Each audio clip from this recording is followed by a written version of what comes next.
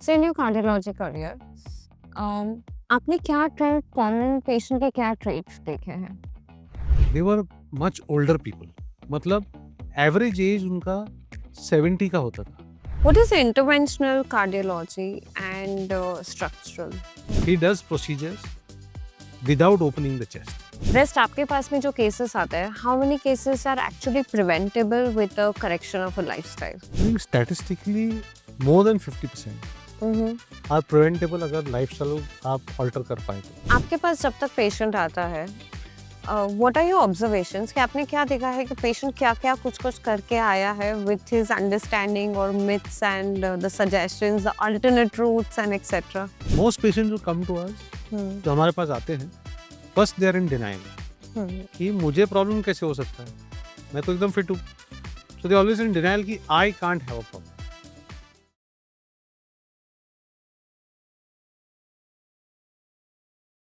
Hello sir, how are you doing today? Very good. What time did you start your day? मैं generally 8 बजे काम शुरू करता हूँ सुबह. Okay. तो average is 8 AM. Uh-huh. And you end your day at? When does the day end? Yeah. 8 बज जाते हैं, 9 बज जाते हैं रात के. और आप कैसे मैनेज करते हो आपका stress and how do you take care of your health? तो इसमें मल्टी फैसेट्स है. एक तो अपने काम से लगाव होना चाहिए, passion. Passion for work drives you. उसके बाद mental health and physical health. तो सुबह मैं एक्सरसाइज से चालू करता हूँ. मेरा बैक भी बेस्ट नहीं है, तो बैक के लिए एक्सरसाइज ज़रूरी है. तो 1 घंटा मैं एक्सरसाइज को देता हूँ. और नींद से उठते टाइम 30 से 40 minute I give it to meditation, जहाँ मैं ध्यान करता हूँ. So that creates a balance in your life. Meditation से स्ट्रेस कम होता है, एक्सरसाइज से फिजिकल हेल्थ बनी रहती है, और पैशन से काम चालू रहता है. So when it comes to हम अगर हार्ट डिजीज की बात करें, we have developed many tools in our life to keep the rhythm going. What do you think कि आजकल के लाइफस्टाइल के हिसाब से ऐसे कौन से टूल्स हमें और इक्विप करने चाहिए for us to maintain that rhythm and not lose the balance? तो आपने सही कहा, बैलेंस. बैलेंस का मतलब ही लोग समझते नहीं. उनको लगता है कि बैलेंस मीन्स कि मैं पैसे ज़्यादा कमाऊँ, ज़्यादा काम करूँ, स्ट्रेस ज़्यादा लूँ. Balance means what?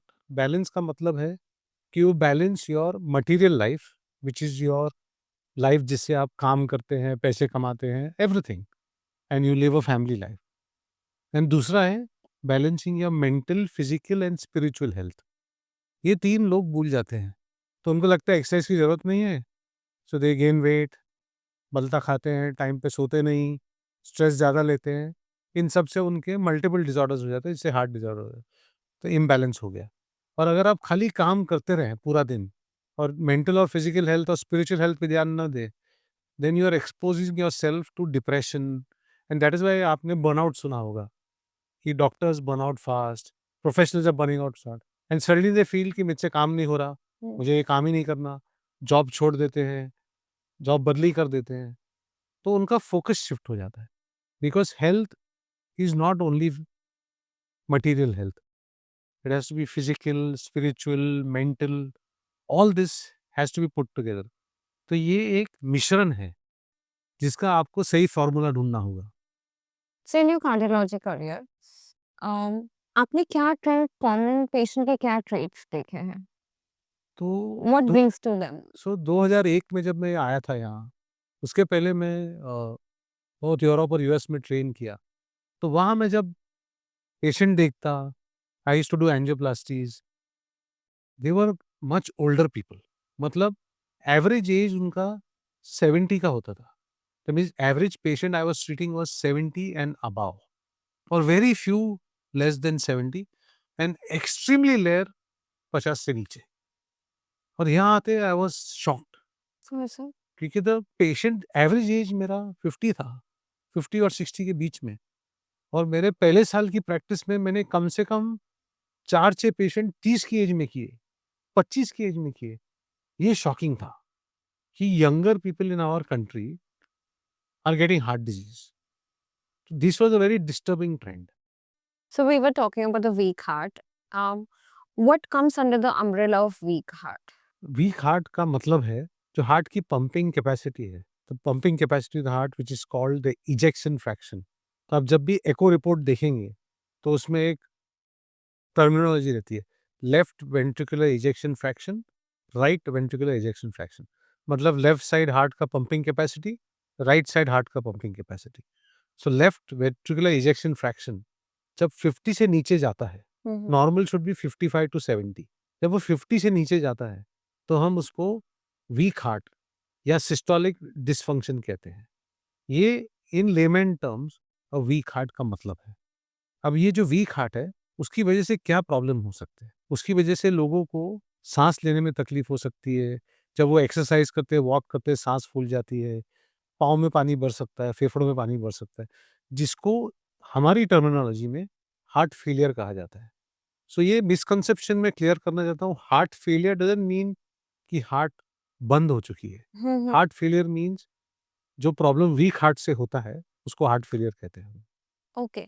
और जो रिदम में जो palpitation, I mean your rhythm moves of the pulse, the way it is pulsating, you sometimes you feel the thump, or sometimes you feel, I don't know, what do you call, it's called palpitation। palpitation, right? तो वो जब ये change होता है, sometimes you suddenly experience it, and right. that moment you just experience के everything you're losing, control over the body. What is it? Is it a sign, or how do you read it? Okay. So palpitation अनेक तरह के होते हैं, many kinds of palpitation. सो हम उसको atrial जो अपर chamber है वो कहते हैं, या वेंट्रिकुलर जो लोअर चेम्बर है उससे कहते हैं। अभी इसमें एज भी आ जाता है। अभी जैसे आप हैं, आपको सडनली एक फील हुआ कि आपने एक बीट पता चला, you felt a beat, it may mean that आपका एक एक्स्ट्रा कॉन्ट्रैक्शन हुआ है हार्ट में, which is called a ventricular premature contraction नीचे के चेम्बर का, या एट्रियल प्रीमेचर कॉन्ट्रैक्शन ऊपर के चेम्बर का। आपकी एज में उसको हम इग्नोर कर सकते हैं, एक्सपेक्टिंग कि आपकी हेड हार्ट नॉर्मल है। बट अगर it comes to an person जिसको हार्ट डिजीज है, या डायबिटीज है, या ब्लड प्रेशर है, या कोई और प्रॉब्लम है, या ओल्ड एज है, या स्ट्रोक है, इस पेशेंट में अगर ऐसा फीलिंग आता है तो उसको हम इन्वेस्टिगेट करते हैं कि ये हार्ट बराबर नहीं चल रहा, और उसकी फर्स्ट इन्वेस्टिगेशन होती है ईसीजी। हम एक इलेक्ट्रोकार्डियोग्राम करते हैं, अगर उसमें दिख गया बढ़िया है, नहीं दिखा तो हम एक्सटेंडेड इलेक्ट्रोकार्डियोग्राम करते हैं, जिसको 24 आवर, 48 आवर्स या 1 महीने तक चला सकते हैं, जिसको होल्टर ईसीजी कहते हैं। And of course we still do echo, उसकी हिस्ट्री लेते हैं, शुगर्स देखते हैं, एंड देन वी डिसाइड कि कौन-सी पैल्पिटेशन को ट्रीटमेंट की ज़रूरत है और कौन से palpitation can be left alone. Mm-hmm. What is interventional cardiology and structural? Okay, so cardiologist are clinical cardiologist और interventional cardiologist. So all clinical cardiologists cannot be interventional cardiologists, Okay. but all interventional cardiologists are also clinical cardiologists. So clinical cardiologist क्या करता है? Clinical cardiologist basically heart disease diagnose करता है और medically treat करता है, मतलब दवा से ट्रीट करता है। इंटरवेंशनल कार्डियोलॉजिस्ट उससे आगे जाता है, वो ये प्रॉब्लम्स, एंजियोप्लास्टी, वाल्व प्रॉब्लम्स उसे क्योर करता है, एंजियोग्राफी करता है। तो he is between a clinical cardiologist and a surgeon. Mm-hmm. He does procedures without opening the chest. Okay. वो ग्रॉइन से करता है, या Mm-hmm. हाथ से करेगा, या नेक से करेगा। नाउ कम्स स्ट्रक्चरल कार्डियोलॉजिस्ट, आपने जो पूछा। सो इंटरवेंशन कार्डियोलॉजी में भी देयर आर ब्रांचेस। एक है पीडियाट्रिक कार्डियोलॉजी, जो सिर्फ बच्चों के प्रॉब्लम ट्रीट करता है, holes in the heart, blood mixing, जो ब्लू बेबीज है वो डील करता है। Adult cardiologist deals in generally coronary artery disease, मतलब जो डिजीज हार्ट अटैक क्रिएट करती है। Mm-hmm. तो वो एंजियोग्राफी करता है, एंजियोप्लास्टी करता है। वो एंजियोप्लास्टी हार्ट की भी कर सकता है, ब्रेन के नेक वेसल्स की भी कर सकता है, पाँव की भी कर सकता है। Then a new concept has started which is called a structural heart specialist. वो क्या करता है कि वाल्व का प्रॉब्लम क्योर करता है, नया वाल्व बिठाता है। अगर हार्ट में होल है अडल्ट में, अगर यंग पीडियाट्रिक में तो पीडियाट्रिक कार्डियोलॉजिस्ट करेगा, वो होल क्लोज कर सकता है। किसी को रिदम प्रॉब्लम जो हमने डिस्कस किया था which was atrial fibrillation, in that जब वो क्लॉट जमा हो जाता है अपर चेम्बर में, उससे ब्रेन स्ट्रोक हो सकता है। तो उसमें हम एक स्पेशल डिवाइस डाल देते हैं on the left side upper chamber which is called left atrial appendage closure, वो हम करते हैं तो स्ट्रोक रिस्क कम हो जाता है। तो structural heart specialist does not do coronary, but he does defects of the heart को क्लियर करता है, Hmm. Mainly valves, walls and chambers. Oh wow, it's so extensive topic in itself. It is. So I wanted to ask you, 20% of deaths in India are usually caused heart disease की वजह से. Why is this number so big? Okay. Actually, it's much more than 20% now. Uh-huh. We are close to one third of all deaths that happen are heart disease.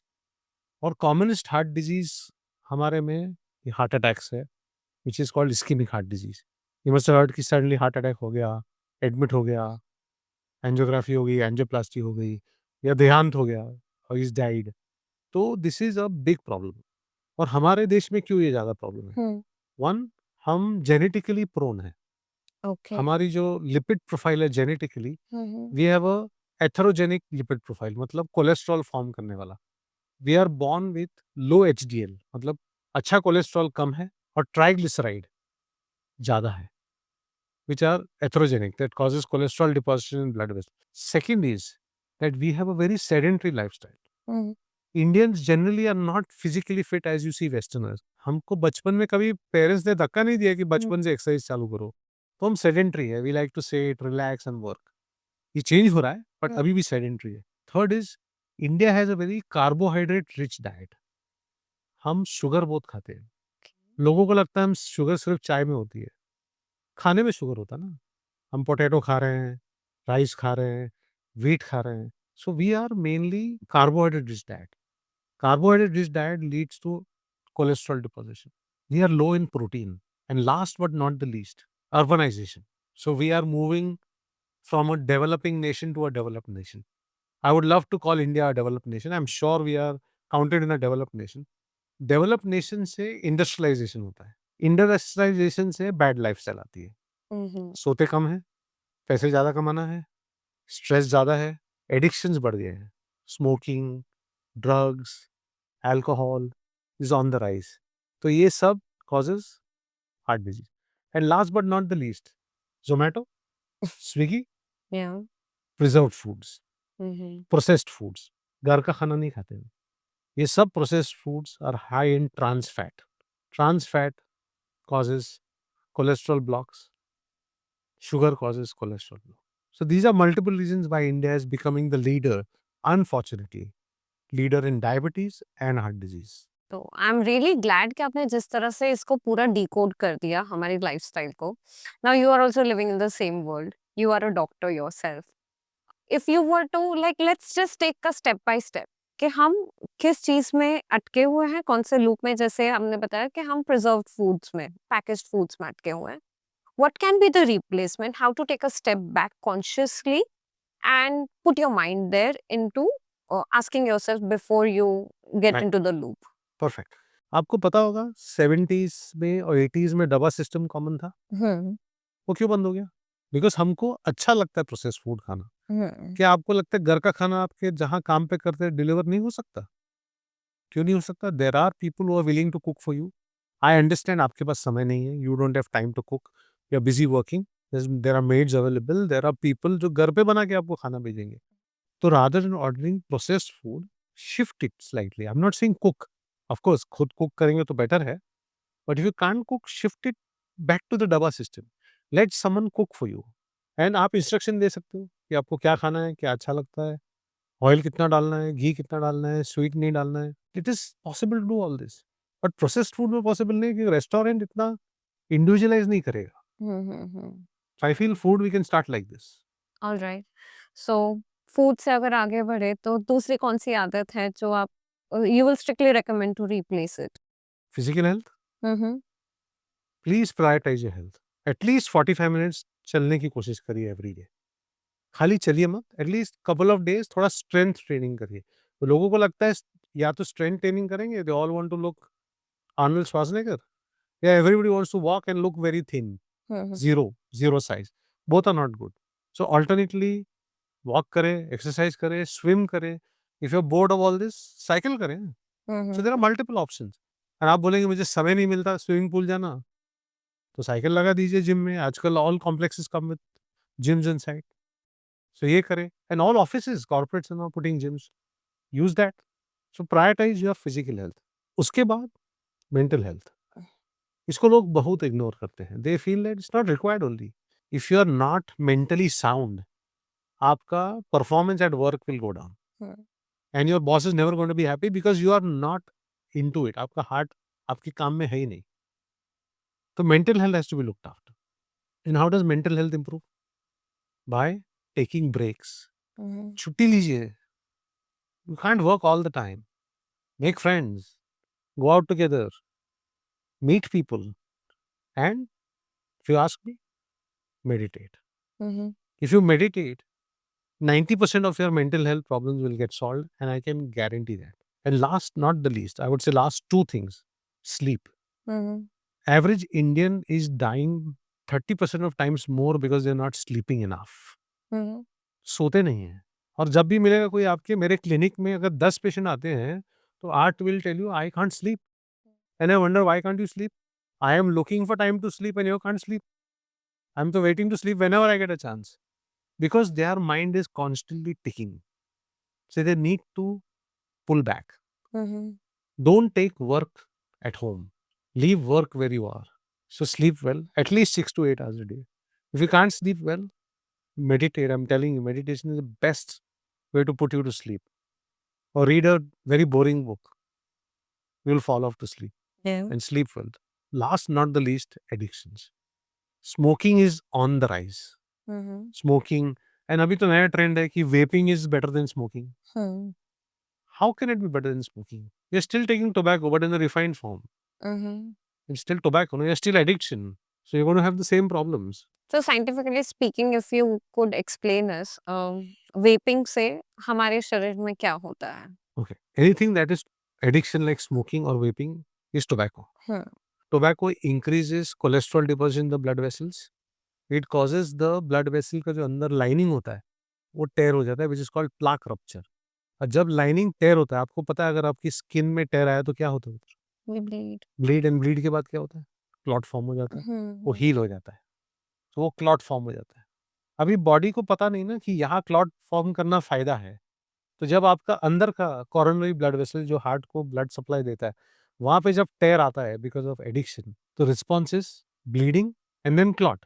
But clot in the coronary artery is dangerous because वो आपका flow रोक देगा, और वहां flow रुक गया तो आपको हार्ट अटैक आएगा.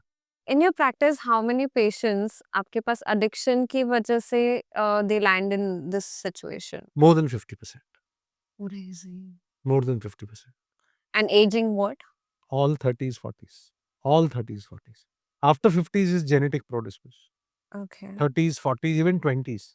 They're all either smoking, bad lifestyle, not sleeping, stress, overweight. All of them. I see diabetes at 20. I see blood pressure at 25, which should not be. होना नहीं It's चाहिए. quite a contradiction कि how everyone is running after career, how everyone is aspiring to have a better life, but then there is that one loop in which they are stuck. हाँ. So good you brought this up. मैं आपको एक question पूछ सकता हूँ? जी. What's the difference between aspiration and ambition? You aspire to be something. There is always a comparison कि आपको किसी और की तरह, you aspire to have a better life, wealthy life, or whatever it could be.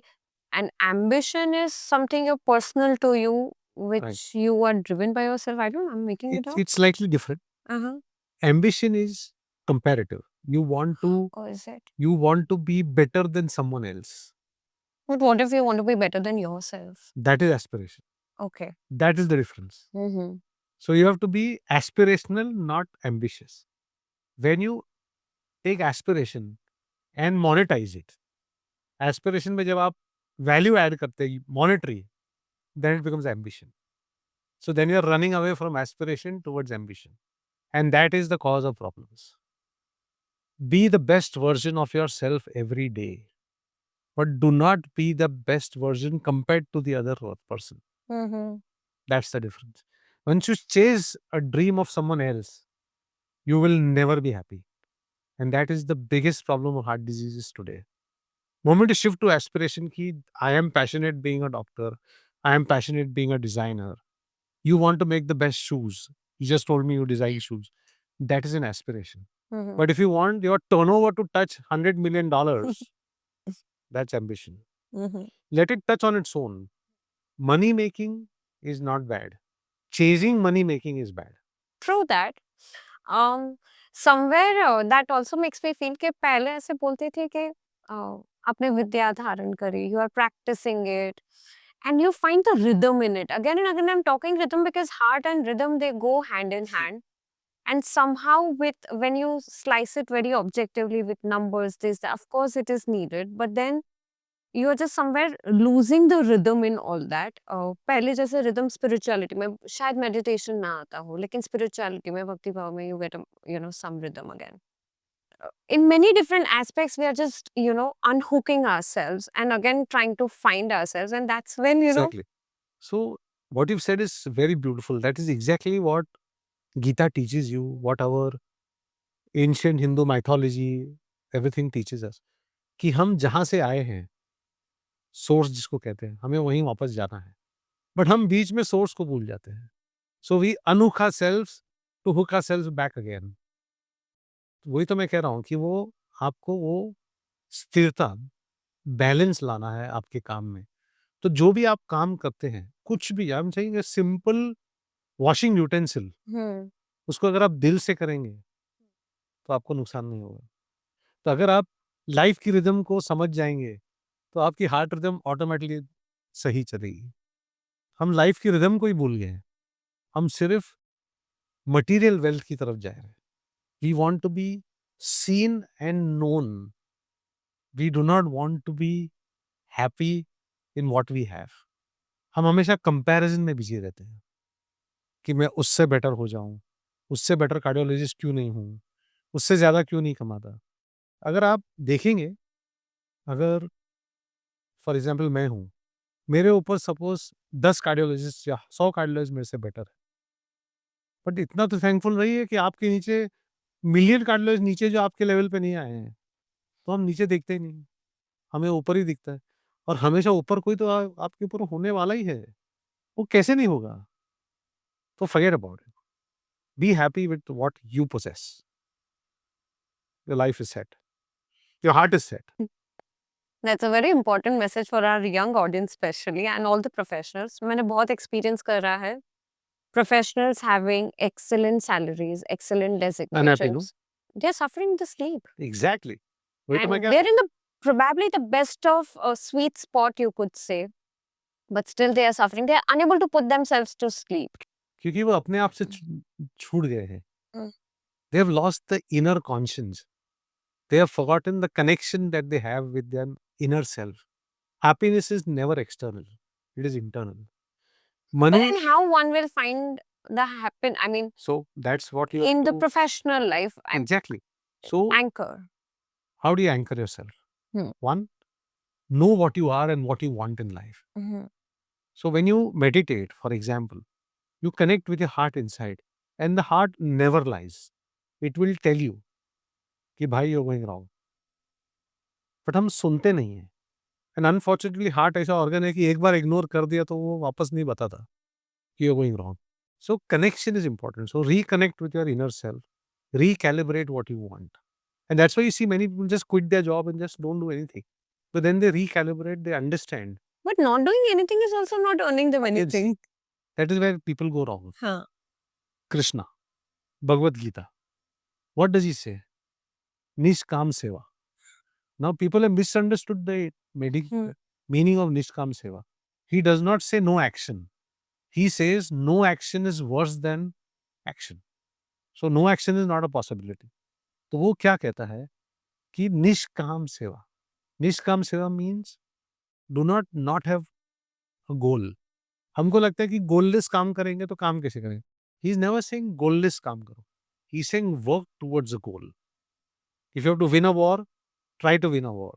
If you want to be the CEO of a hospital, try to be a CEO hospital. Whatever you want to be, try to do that. लेकिन अगर न बन पाए तो बुरा मत लगाइए, हाँ. और बन गए तो एक्स्ट्रा खुश मत होइए। That's called balance. So that is real life. It's tough but doable. I am really finding it very fascinating कि आप इतने बड़े कार्डियोलॉजिस्ट होने के बाद भी how you are finding your anchor in text like Gita and What is bada cardiology? Who defines that? I should define that. या I cannot define bada cardiologist by what someone else is saying. वहीं तो हम फंस जाते हैं. the entire world trends No, that is wrong. yeah दुनिया के बोलने से बड़ा नहीं होता आदमी. mm-hmm. आपको अंदर लगना चाहिए कि मैं सही जा रहा हूँ. Mm-hmm. What do you Then aspire for in next 10 years?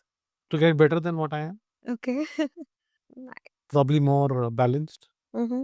I can't claim that I'm still very balanced. It's always a work in progress. Journey. It's a journey. Yeah. Mythology से हम वापस साइंस पे आते हैं. I want to ask you कि it is often said कि your calves are second heart to you or it works, it helps. How is it related?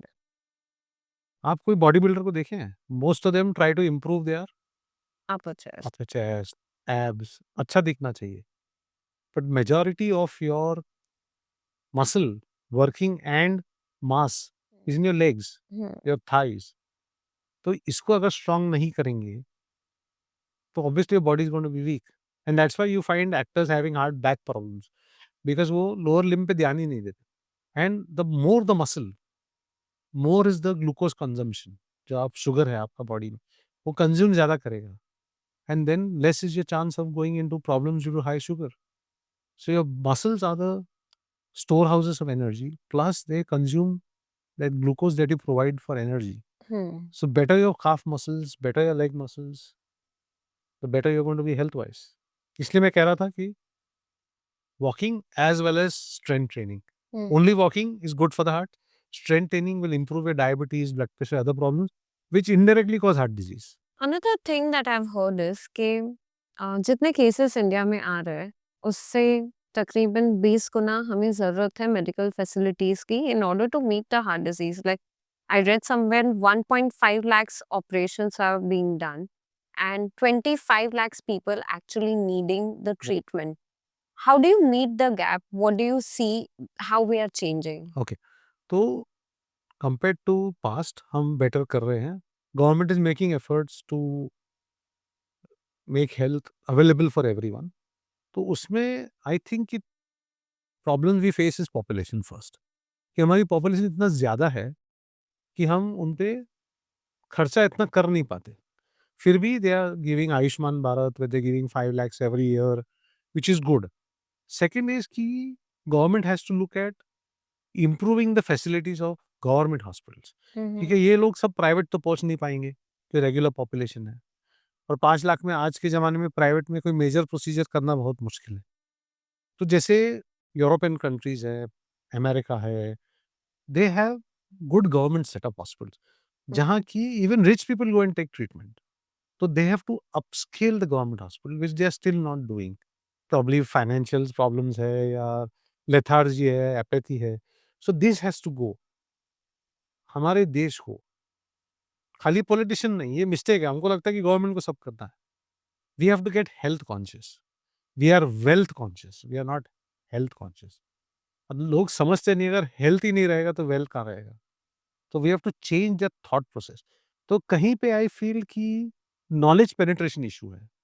We are not been able to reach the grass root and inform them कि health पे ध्यान दीजिए, preventive health पे ध्यान दीजिए. हम treating health पे ध्यान देते हैं. हम डिजीज प्रिवेंट नहीं कर रहे हैं, हम उसको ट्रीट कर रहे हैं. I think we have to go to preventive health. We will reach there, I am sure पहुंच जाएंगे. सो जैसे आपने बताया कि you have practised a lot out of India also, तो उसके वर्सेस यहाँ पे प्रोटोकॉल्स में कितने केसेस हम लूज कर देते हैं इंडिया में? Is what are the procedures, documentation, ये वो, या तो जो भी ऑब्जर्वेशनल प्रोसीजर्स है, what is better, what we can do better more? So I think there are two sides to a coin. We should have the structure of the West. They're very structured, सब protocol है, and everything gets followed as per rule. वो हमारे में lacking है completely. But you should have a heart of the East. So my guru used to say, or he still says, I mean to meditation idol, कि you should have a mind of the West and heart of the East. क्योंकि हम compassionate लोग हैं. हमें दूसरे का दर्द को help करना अच्छा लगता है. तो हम compassionate हैं. और compassion helps in healing. तो वो ईस्ट का फ़ायदा है। एट द सेम टाइम हमको वहाँ का प्रोटोकॉल, स्ट्रक्चर अडॉप्ट करना चाहिए और डॉक्यूमेंटेशन। हम डॉक्यूमेंट कुछ नहीं करते। इंडिया में बढ़िया काम होता है, लेकिन डॉक्यूमेंटेशन नहीं, हम लिखते नहीं कि हमने क्या किया है। हुँ, हुँ। और प्लस रिसोर्सेज़, हुँ, हुँ। We lack resources for research. So as you said कि यंग इंडियंस में आजकल हार्ट डिज़ीज़ ज़्यादा डेवलप हो रहे हैं, specially addiction and the way the numbers are increasing for the addiction. You are observing 50% cases due to the addiction. What do you think कि किस तरह से उनको मॉनिटर करना चाहिए अपनी हेल्थ को? क्या सिम्पटम्स उनको ऑब्जर्व करने चाहिए? And what should be the course of action in terms of okay, keeping a follow up with the right. Doctor? First and foremost, you have to assess your risk of heart disease hmm, कि मैं एक individual हूँ, मेरे heart attack होने के chance क्या हैं? That is documentation. हुँ, उसमें बहुत पैरामीटर्स आते हैं। फैमिली हिस्ट्री है आपकी, मतलब आपके फैमिली में कोई यंग मेल 60 के अंडर हार्ट अटैक हुआ है, सडन डेथ हुआ है, हुँ, या फीमेल 65 के अंडर सडन डेथ हुआ है, हार्ट अटैक हुआ है। आपकी फैमिली में डायबिटीज़ है, आपकी फैमिली में ब्लड प्रेशर है, क्या आप स्मोक करते हो, कि आपको डायबिटीज़ है, आपको ब्लड प्रेशर है। अगर आप ये सब फैक्टर एक पेपर पे लिखेंगे, तो एक स्कोर आता है। हुँ, वो स्कोर डिसाइड्स कि आपका फ्यूचर में नेक्स्ट 5 इयर्स, 10 इयर्स में हार्ट प्रॉब्लम होने के चांस कितने हैं। It's like statistics, probability. Hmm, तो if your probability is less than 1%, then you are safe to some extent कि आपको इतना अग्रेसिव लाइफस्टाइल चेंज नहीं करना है। लेकिन अगर आप 10% के ऊपर से जा रहे हो कि और chance of developing heart disease more than 10% than a general population, then you have to be more aggressive in reducing your weight, checking your blood sugars, cholesterol levels, thyroid levels, blood pressure, exercise, giving up addictions has to be at a war footing. So you might have to start testing yourself as early as 20, or in some people as late as 40. So each has to be individualized. इसीलिए health information and propagation of what I was telling you, preventive strategies, population में पहुंचाना है, क्योंकि सब तो doctor के पास नहीं पहुंचेंगे। हुँ। जैसे ये प्रोग्राम कर रहे हैं हम, से इसको जितने लोग देखेंगे, उनको एक आइडिया मिलेगा कि मुझे क्या करना है, मेरा रिस्क क्या है। Sir I wanted to ask you कि जेनेटिकली एक रीज़न है for the heart disease. Rest आपके पास में जो केसेस आते हैं, how many cases are actually preventable with the correction of a lifestyle? I think statistically more than 50% Mhm. Are preventable अगर लाइफस्टाइल आप अल्टर कर पाए तो। And that lifestyle correction starts from कौन सी एज से? I think birth, okay. Your parent has to decide Uh-huh. Right when the time you are born कि आपको सही हैबिट्स डाले। आपने नोटिस किया है कि जब बच्चा रोता है तो माँ क्या करती है? हाँ। चॉकलेट देती है, ओह या। रिडिकुलस। Mhm. ऑरेंज जूस पिलाती है। Juice is healthy, juice is unhealthy, it is pure sugar. Mhm. आप अपने बच्चों को बचपन से प्योर शुगर दे रहे हो, चॉकलेट दे रहे हो, ऑरेंज जूस दे रहे हो, क्या कर रहे हो? आई एम नॉट सेइंग कि चॉकलेट, इट्स लाइक सेइंग कि चॉकलेट मत खाओ इज़ रिडिकुलस। बट ये कोई अपीज़मेंट हुआ कि बच्चा रो रहा है तो चॉकलेट हाथ में पकड़ा दिया, ऑरेंज जूस दे दिया, सब रॉन्ग चीज़ें देते हैं। Mhm. प्रॉब्लम वहीं शुरू होता है। बर्थ से चालू करिए। Then as they age, inculcate healthy habits in them. Exercise. You seen a westerner, वो 9 महीने बच्चे को पानी में फेंक देते स्विमिंग करने को। हमारी माँ बोलेगी, "पानी में मत जाना, डूब जाएगा।" क्या है? गेट हिम इंटू फिटनेस पहले से ही। Let him be independent. हम प्रोटेक्टिव है। Protection is good as a backbone कि पीछे से मैं हूँ, कुछ है तो मैं बैठा हूँ। That is protection. प्रिवेंट करना कि आप ये मत करो, that is not protection. So start young and put him into reading. So he reads books. He understands what is good for him in life. We don't encourage reading. ये rote learning by heart करके exam देना is not good. Then वो खुद discover करेगा कि उसके लिए सही क्या है। And of course you have to educate him about balance of life, about addictions. But if you are smoking and you tell your son not to smoke और डॉटर नॉट टू स्मोक, काम नहीं करेगा। Lead by example. You exercise, आप smoke ना करेंगे, आपका बेटा नहीं करेगा, आपकी बेटी नहीं करेगी, चांस है कि नहीं करेगा। So start then. और अगर आपकी फैमिली में हार्ट डिजीज का प्रॉब्लम है, तो बचपन से ब्लड टेस्ट करिए। 15 की उम्र में, 20 की उम्र में उनका लिपिड प्रोफाइल देखिए, उनका शुगर देखिए, ब्लड प्रेशर देखिए। Blood pressure is silent killer, वो कभी सिम्टम देता नहीं है। Sometime the first symptom of blood pressure is heart attack और अ स्ट्रोक और bleeding in the brain. Are you talking about high blood pressure, high low blood pressure? High blood pressure की बात कर रहा हूँ। Mhm. सो ये सब check करना जरूरी है। इफ यू नो कि आपकी फैमिली में है तो यंग एज में चेक करिए, it takes few seconds to check.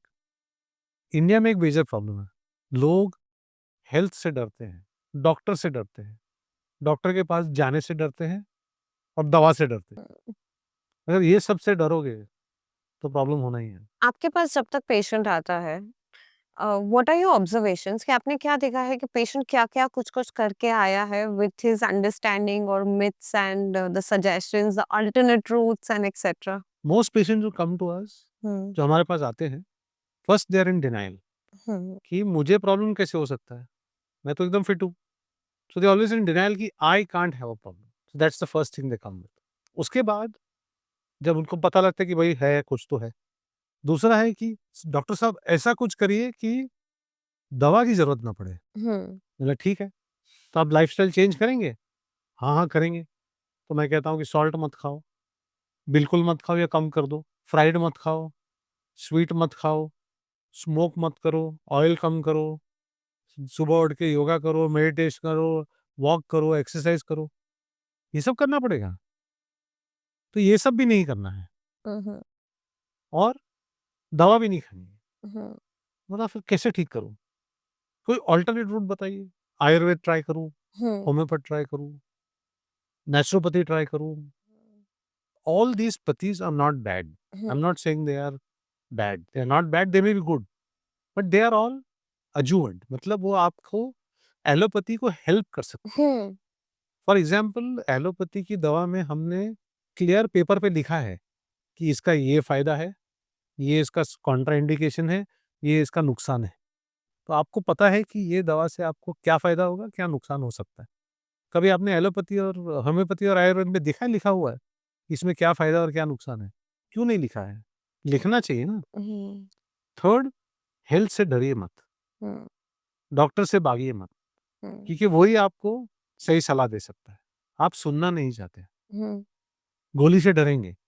अगर सपोज़ कि आपका कोई पेशेंट है, उसका प्रेशर 150-110 है और आप कहते हो कि विदाउट मेडिसिन हैंडल करो। मैं बोलता हूँ चलो करते हैं, आप लाइफ़स्टाइल फ़ॉलो करो, मैं 1 महीना देता हूँ। हुँ, 1 महीना लाइफ़स्टाइल फ़ॉलो करते नहीं लेकिन कहते हैं कि करते हैं। हुँ, वापस आते हैं बीपी 160-110 है। वो कहते हैं दवा मत दो, दवा की आदत पड़ जाएगी। मैं बोला अगर पड़ जाएगी तो प्रॉब्लम क्या है? आपको दारू की आदत है, वो आप छोड़ना नहीं चाहते। आपको स्मोकिंग की आदत है, वो आप छोड़ना नहीं चाहते। आपको रॉन्ग खाना खाने की आदत है, वो आप छोड़ना नहीं चाहते। हुँ, लेकिन दवा की आदत नहीं पड़नी चाहिए। ये कैसी बात हुई? मेडिसिन खाओगे तो प्रेशर नीचे जाएगा। जस्ट सपोज़ आप नहीं खाते हो, तो एक टेबल बनाइए, मैं दवा नहीं खाऊँगा और खाऊँगा, उसका इफ़ेक्ट क्या है, उसका साइड इफ़ेक्ट क्या है। जो दवा नहीं खाएगा उसको स्ट्रोक होगा, उसको ब्रेन में ब्लीड होगा, पैरालिसिस होगा, हार्ट अटैक होगा, किडनी फेल होगा, डेथ होगा। एवरेज 6 छोटे बताए मैंने। लोगे तो ये कुछ भी नहीं होगा। साइड इफ़ेक्ट क्या होगा? थोड़ा-सा सूजन होगा कहीं पे पाँव में या थोड़ी खाँसी होगी। तो क्या बेटर है? लेना बेटर है कि नहीं लेना बेटर है? आप हुँ, बताइए। ट्रू। कितने केसेस रिवर्सिबल हो सकते हैं और कौन से स्टेज तक? अगर जल्दी आए तो सब रिवर्सिबल है। हुँ, डायबिटीज़ रिवर्सिबल है, हार्ट डिज़ीज़ रिवर्सिबल है, ब्लड प्रेशर रिवर्सिबल है, किडनी प्रॉब्लम रिवर्सिबल है।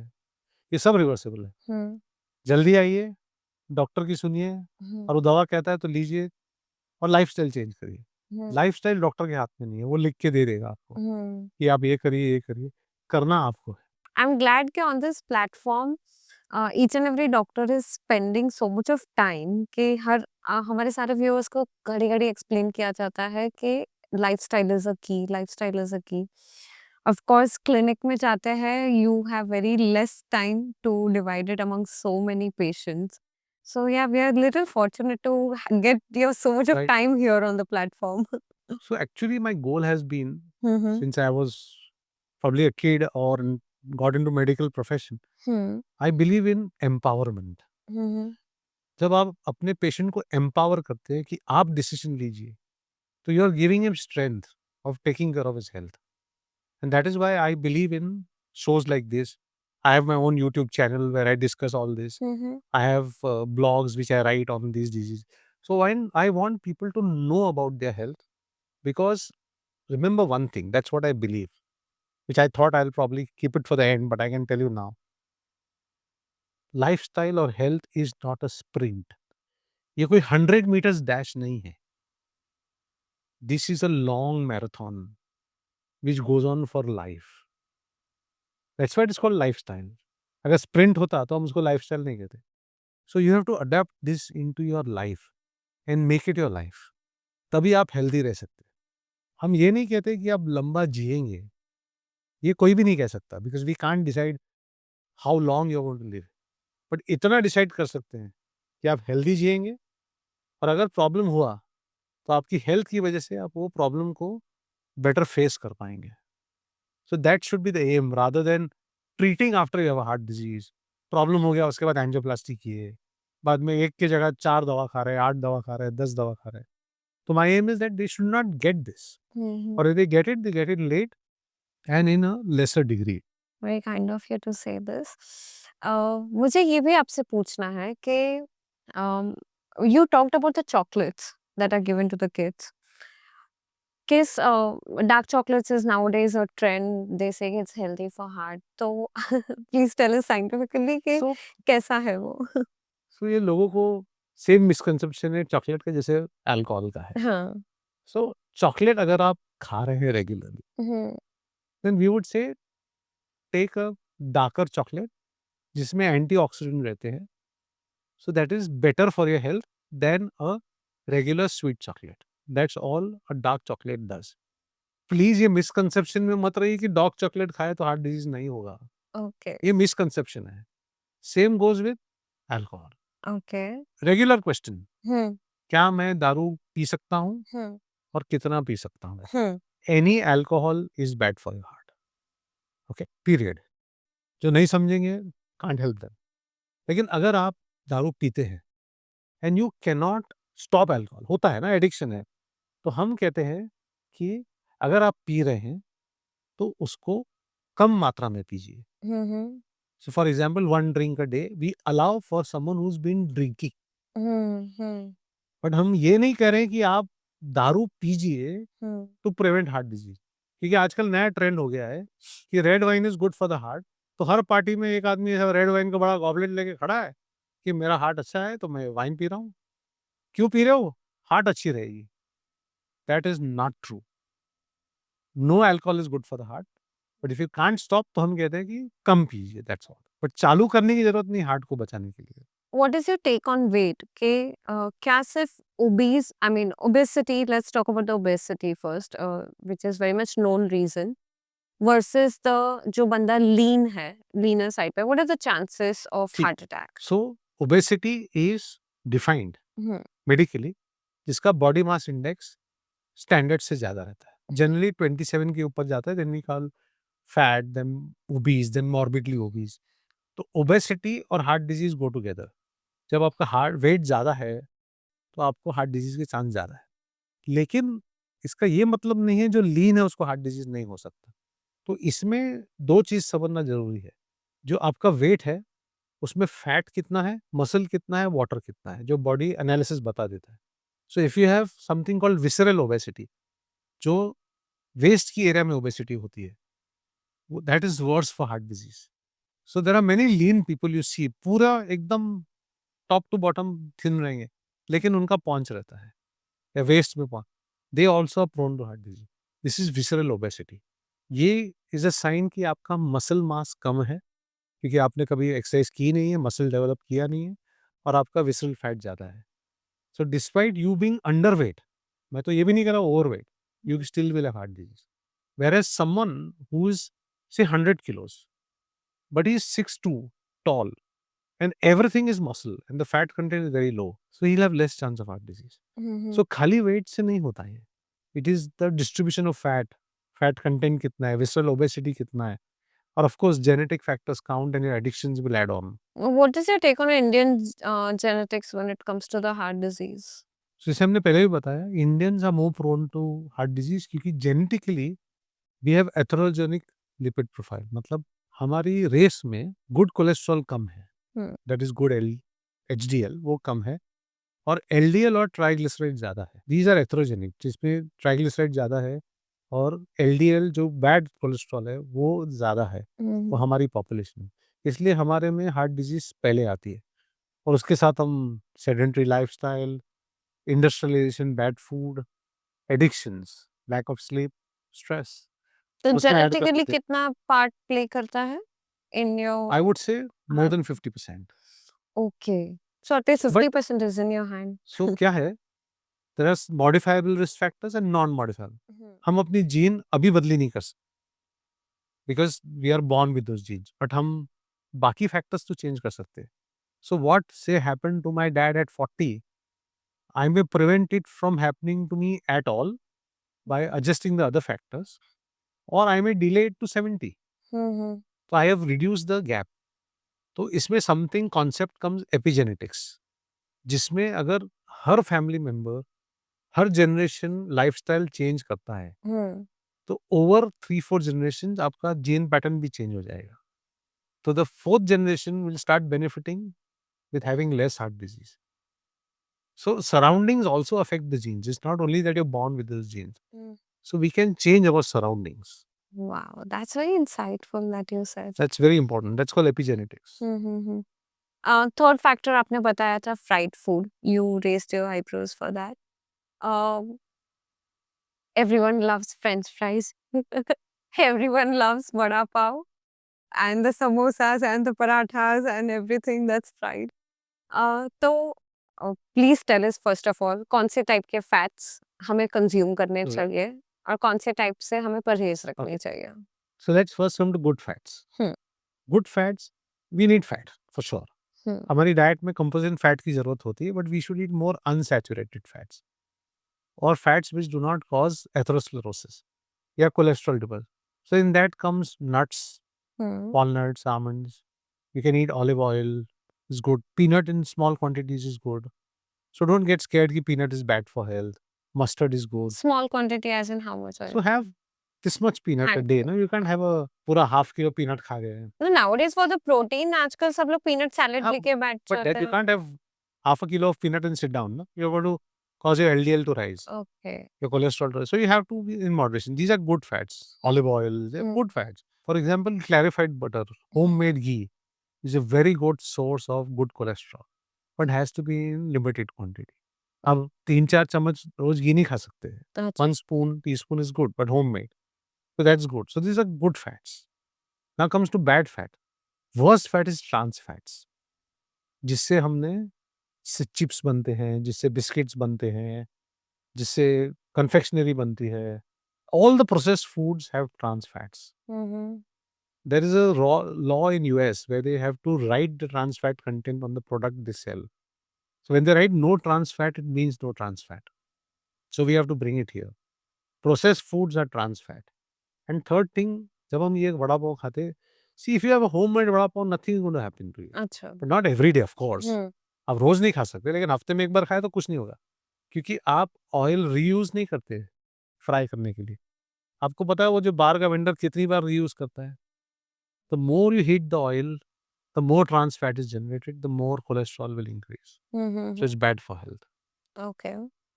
And sugary foods, Mm-hmm. which are called, low cal foods, healthy food. Please read the labels properly. Most healthy foods have extra salt in them. Mm. They have trans fats in them, and you don't realize it, and you're eating that. तो आपको लगता है आप तो healthy chips खा रहे हैं, आपको कुछ नहीं होगा. हम्म. It's not true. तो आप पैकेट के पीछे जो फैट्स लिखी हुई रहती है तो उसको आप पढ़ो. Yes exactly please guide us कि हम उसको कैसे पढ़ सकते हैं कैसे usually what are the cheat words that they write. So you find out whether उसने ट्रांस फैट लिखा है कि नहीं लिखा है. वो कहीं पे छोटा उसने लिखा होगा, परसेंटेज ऑफ ट्रांस फैट हम्म. है तो मत खाइए.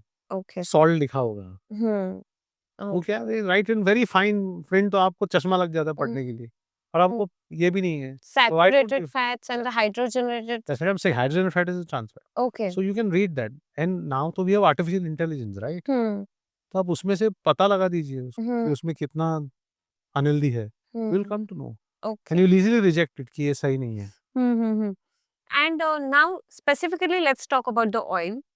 बीच में काफी ट्रेंड आया था, PUFA MUFA and ratio yes, the healthy heart oil, और बहुत सारे मार्केटिंग टर्म्स आ जाते हैं जहाँ हम साइंस और मार्केटिंग टर्म्स में थोड़ा उलझ जाते हैं. I will be very honest. हम क्यों उलझ जाते हैं बताएंगे आप? हाँ.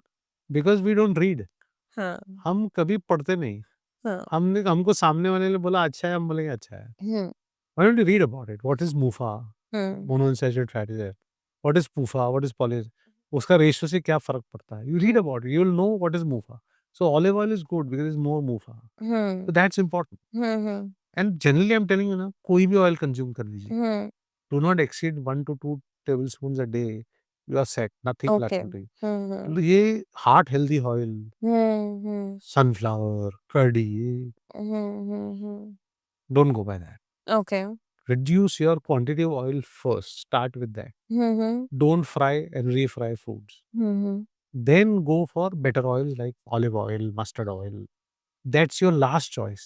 हम्म. First, cut on the quantity and the quality, and then go to the choice of oil. I really don't think the only choice of oil is going to change things. अगर आपको मैंने कहा कि चलो मस्टर्ड ऑयल बेस्ट है आपके लिए, और आप 10 टेबल स्पून मस्टर्ड ऑयल डालेंगे, तो क्या होने वाला है? आपका फिर भी कोलेस्ट्रॉल बढ़ेगा. Okay. Yeah, quantity. people often obsess over the type तो फिर of ऐसा oil. कंटिन्यूअसली ऑलिव ऑयल डालते रहते. और आजकल तो यूट्यूब पे वीडियो आते हैं ना वो कुकिंग के. So there I get wondering when I see the frying pan, they are pouring water like oil like water. मतलब पूरा फ्राइंग पैन में ऑयल डाला है फिर खाना बना रहे हैं. That's nice. In fact, there are many good techniques also that people use fats from the nuts and all. हमारी भी Thank- इसमें है, ये तिल में से निकलता है, Exactly. शेंगदाना they use, coconut. What is your take on the coconut? I think coconut oil in small quantities is good for health. Coconut milk?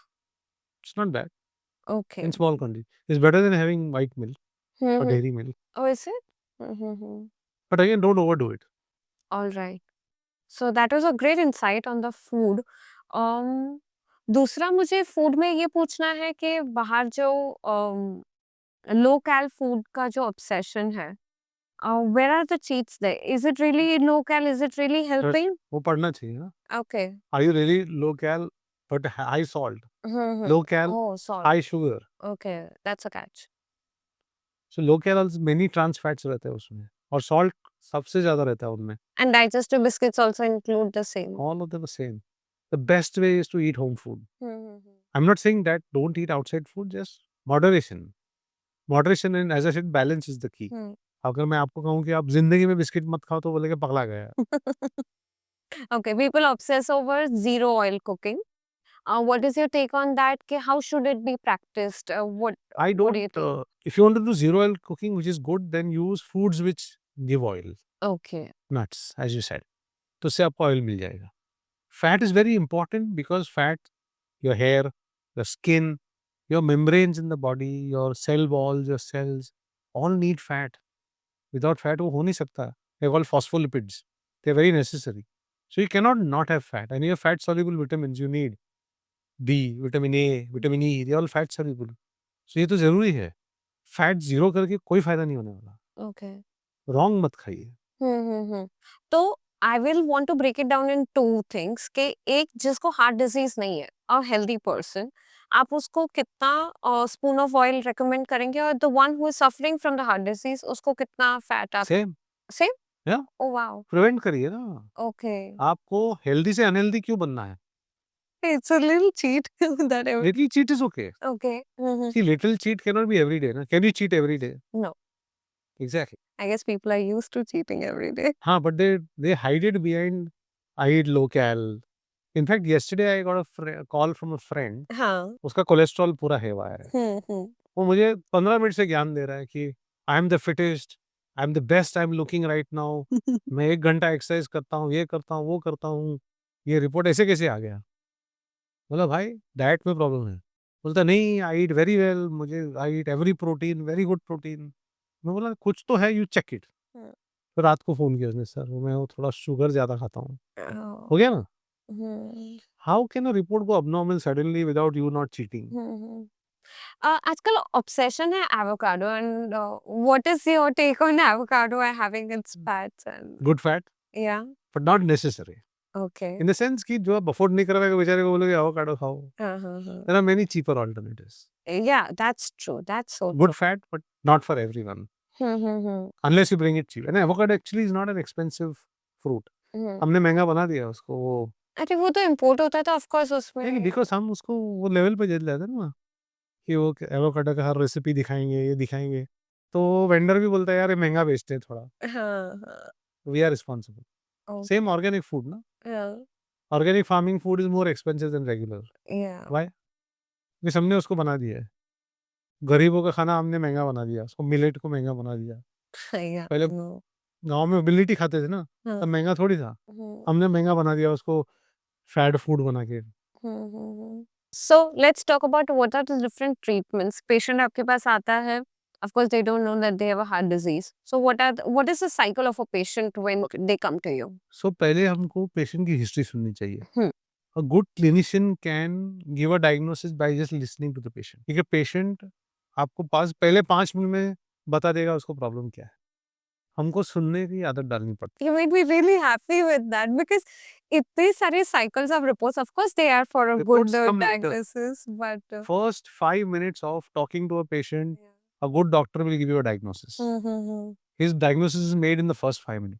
उसके बेसिस पे बाद में रिपोर्ट लिखते हैं हम। हुँ। So if you have a heart patient उनका common symptom क्या रहता है कि जब वो चलता है तो चेस्ट में हेवीनेस आता है, जो आर्म में जाता है, बैक में जाता है, शोल्डर में जाता है और कभी-कभी बर्पिंग से अच्छा लगता है और वो सिट बैठ जाता है तो सेटल हो जाता है।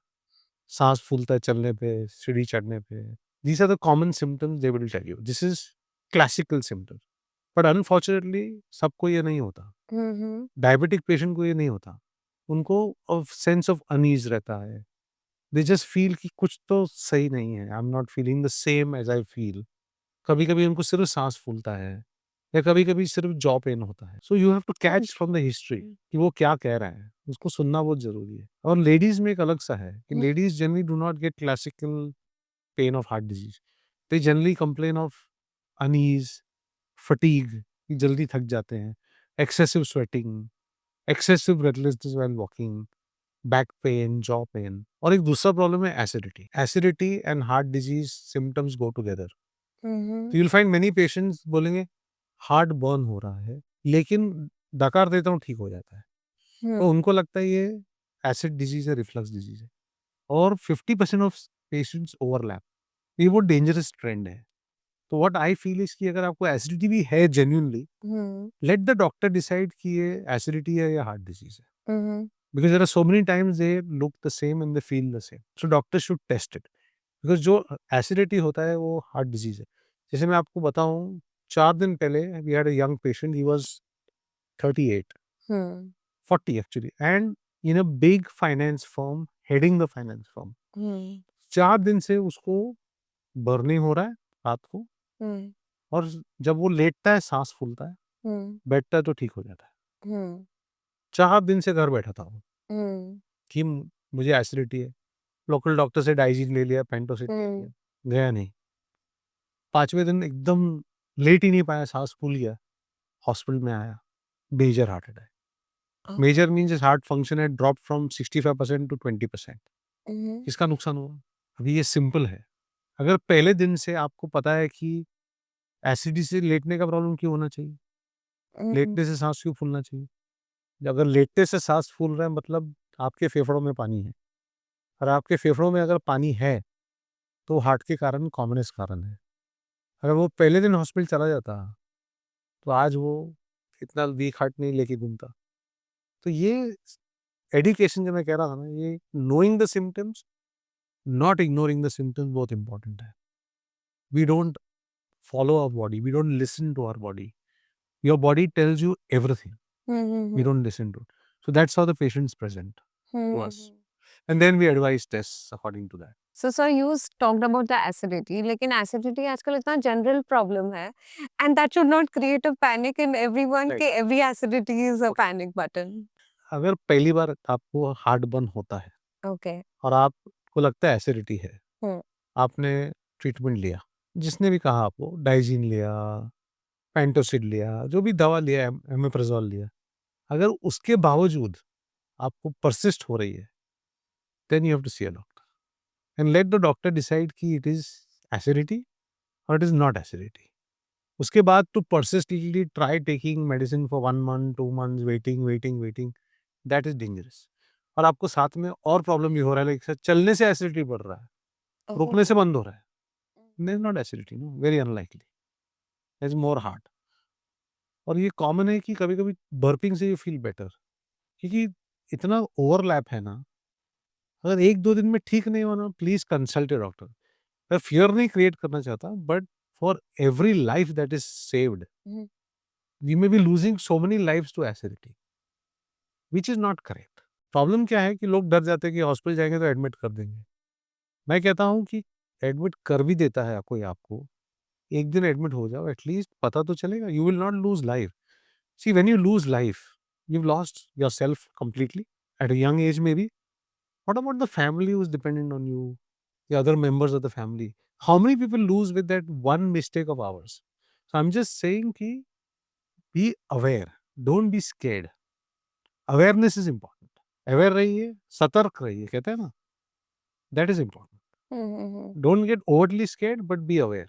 So how do you check कि आपका heart weak है or it's not functioning well? What are the different areas in which you judge? So once the patient comes to us, Hmm. we start with an ECG. The ECG gives us quite a bit of information कि heart attack हुआ है, हो रहा है, होने वाला है, काफ़ी इन्फॉर्मेशन मिल जाती है। उसके बाद हम उनका ब्लड प्रेशर देखते हैं, हाई है, लो है, वो ट्रीट करते हैं। And then we advise special test based on what we see and what we hear. The special test are generally an echo which tells us the heart pumping capacity, the function, the valves, how they are behaving. Is there any leak? Is there any narrowing of the valves? Or is there is a motion abnormality where the valve is not moving well, means heart attack हो रहा है या हो चुका है? All this comes via echo. वो पानी है कि नहीं फेफड़ों में, ये सब ये echo बता देता है। एंड अगर acute हम सस्पेक्ट कर रहे हैं कि हार्ट अटैक हो चुका है या हो रहा है या होने वाला है, there's a test called cardiac enzymes, the blood test, जिसमें आपने सुना होगा ट्रोपोनिन, एचएस ट्रोपोनिन। ये ट्रोपोनिन एंजाइम इतना सेंसिटिव एंजाइम है कि 2-3 घंटे ऑफ हार्ट अटैक में आपको फट से बता देगा कि आपको हार्ट अटैक हो रही है, you need immediate attention. So these are important tests we rely on, and on the basis of the results of these, then we go forward whether we need to do an angiography or not, whether we need to treat this with angioplasty or not, or we can treat it by surgery, which is a bypass surgery, or we leave it on medicines. All that evolves as we get the results of the test. So let's talk about the angioplasty. What does it mean? When So, is it so applicable? if you have a heart attack, Hmm. you definitely need an emergency angiography, Hmm. which is a test to see whether there is block in the heart or not, which artery is blocked, and you have to open it immediately in a heart attack. Hmm. In a heart attack situation, when you are experiencing a heart attack, जब आपको heart attack हो रही है, उस समय आपके पास समय नहीं है कि आप 100 ओपिनियन ले सकते हैं। Hmm. ठीक है? There is something called golden hour, ये आपने सुना होगा। So within 90 minutes of a heart attack if you reach the hospital और आपका जो वेसल बंद है, जो ब्लॉक्ड है, वो अगर खोल दिया जाए, you may fully recover the heart function, your heart may not ever become weak. सो उसमें आपके पास सेकंड ओपिनियन, थर्ड ओपिनियन का समय नहीं है। वो इमीडिएट एंजियोग्राफी, एंजियोप्लास्टी करना पड़ता है। एंजियोप्लास्टी जिसमें हम नस को खोल के एक स्प्रिंग बिठाते हैं, जिसको स्टेंट कहते हैं, उससे हम ब्लड फ्लो रिस्टोर कर देते हैं हार्ट को। सेकंड इज़ अनस्टेबल एंजाइना या क्रोनिक स्टेबल एंजाइना। जैसे मैंने समझाया आपको कि वॉक करते हैं, you climb, you get chest heaviness, you said you feel better. Here you have more time. If your doctor suggests an angiography, get it done. But if you still feel that you want another opinion, you can take another opinion. After the angiography, we find the number of blocks you have and whether these blocks are significant by narrowing how much percentage, whether it will be beneficial by angioplasty, or we can leave it on medicine, or it can be treated with bypass surgery. This is how we make the decision. Angiography is either done by the hand from here, or we go from the groin, which is from the thigh, and we go inside the blood vessel of the heart, inject a special medicine which is called iodine, not radioactive iodine, regular iodine dye, which shows us and opacifies the blood vessel to show us the blocks. So that's how we do an angiography and angioplasty. There are hard devices like Impella and ECMO, TAVR. What is the function of it? So How I'm do going to you? break it down into different devices because आजकल ये बहुत common हो गया है to know about devices. So one of the first devices that we started using is pacemakers. You must have heard of pacemakers.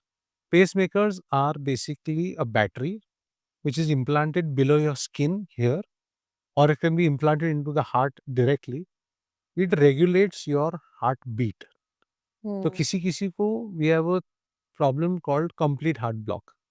It means कि उनका जो circuit है, electrical circuit of the heart fail हो चुका है और heart rate एकदम slow हो गई है, और इतनी स्लो हो गई है कि हार्ट की पंपिंग बराबर नहीं होगी अगर आप स्पीड नहीं बढ़ाएंगे, और आप गिर सकते हैं, बेहोश पड़ सकते हैं और इंजरी हो सकती है। Hmm.